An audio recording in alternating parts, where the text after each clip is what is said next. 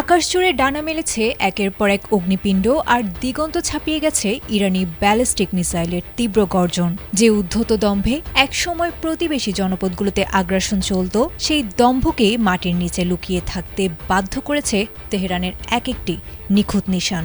সুরক্ষিত আকাশ প্রতিরক্ষা ব্যবস্থাকে বৃদ্ধাঙ্গুলি দেখিয়ে যখন ঝাঁকে ঝাঁকে ক্ষেপণাস্ত্র ধেয়ে এসেছিল, তখন বিলাসিতা বিসর্জন দিয়ে সাধারণ জীবনই যেন অন্ধকারের আশ্রয় খুঁজেছে।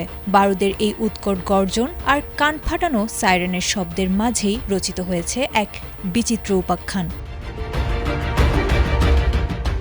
দখলদার ইসরায়েল ও তাদের মদতদাতা যুক্তরাষ্ট্রের আগ্রাসনের মুখে ইরান একাই 10টি দেশের বিরুদ্ধে চালিয়ে গেছে বীরদর্পে লড়াই। তেহরানের ছোড়া এক একটি ড্রোন আর ক্ষেপণাস্ত্র কাঁপিয়ে দিয়েছে তেল আবিবের আভিজাত্য।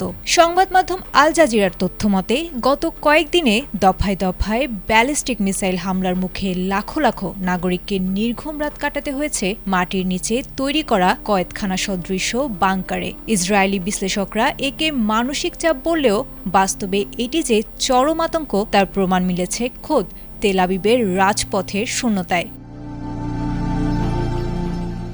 এই অসম যুদ্ধের মধ্যেই দ্য টাইমস অফ ইসরায়েল থেকে জানা গেছে এক চমকপ্রদ তথ্য। পেতাহ টিকভায় পরিকল্পিত বর্ণাঢ্য বিয়ের অনুষ্ঠান বাতিল করে লিওর ল্যাসরি ও মাইকেল মারিয়ানোফ নামে এক যুগল তেল আবিবের ডিজেনগফ সেন্টার মলের পার্কিং লটে বিবাহ বন্ধনে আবদ্ধ হয়েছেন, যে পার্কিং লটটি মূলত প্রাণ বাঁচানোর একটি বোমা আশ্রয় কেন্দ্র। আর্জেন্টিনা থেকে আসা অতিথিদের নিয়েই এই নবদম্পতি তাদের জীবনের নতুন অধ্যায় শুরু করেছেন এমন এক সময়ে যখন মাথার উপর দিয়ে সাইরেন বেজেছে অবিরত। বাংকারে অবস্থান নেয়া আরও অনেক আতঙ্কিত ইসরায়েলি নাগরিকও যোগ দিয়েছিলেন এই অনুষ্ঠানে। ইরানের এই বিশেষ সামরিক কৌশল একদিকে যেমন ইসরায়েলের জনজীবনে স্থবিরতা নিয়ে এসেছে, অন্যদিকে তাদের গর্বিত আকাশ প্রতিরক্ষা ব্যবস্থাকেও করে তুলেছে প্রশ্নবিদ্ধ। যুদ্ধ শুরুর পর থেকে এখন পর্যন্ত ইরান নিক্ষেপ করেছে অন্তত 200টি মিসাইল। ইসরায়েল একে সামরিক দুর্বলতা বললেও বাংকারে ঢুকে বিয়ে করার এই দৃশ্য জানান দিয়েছে ইরানি সক্ষমতার কাছে কতটা অসহায় বোধ করছে সাধারণ মানুষ।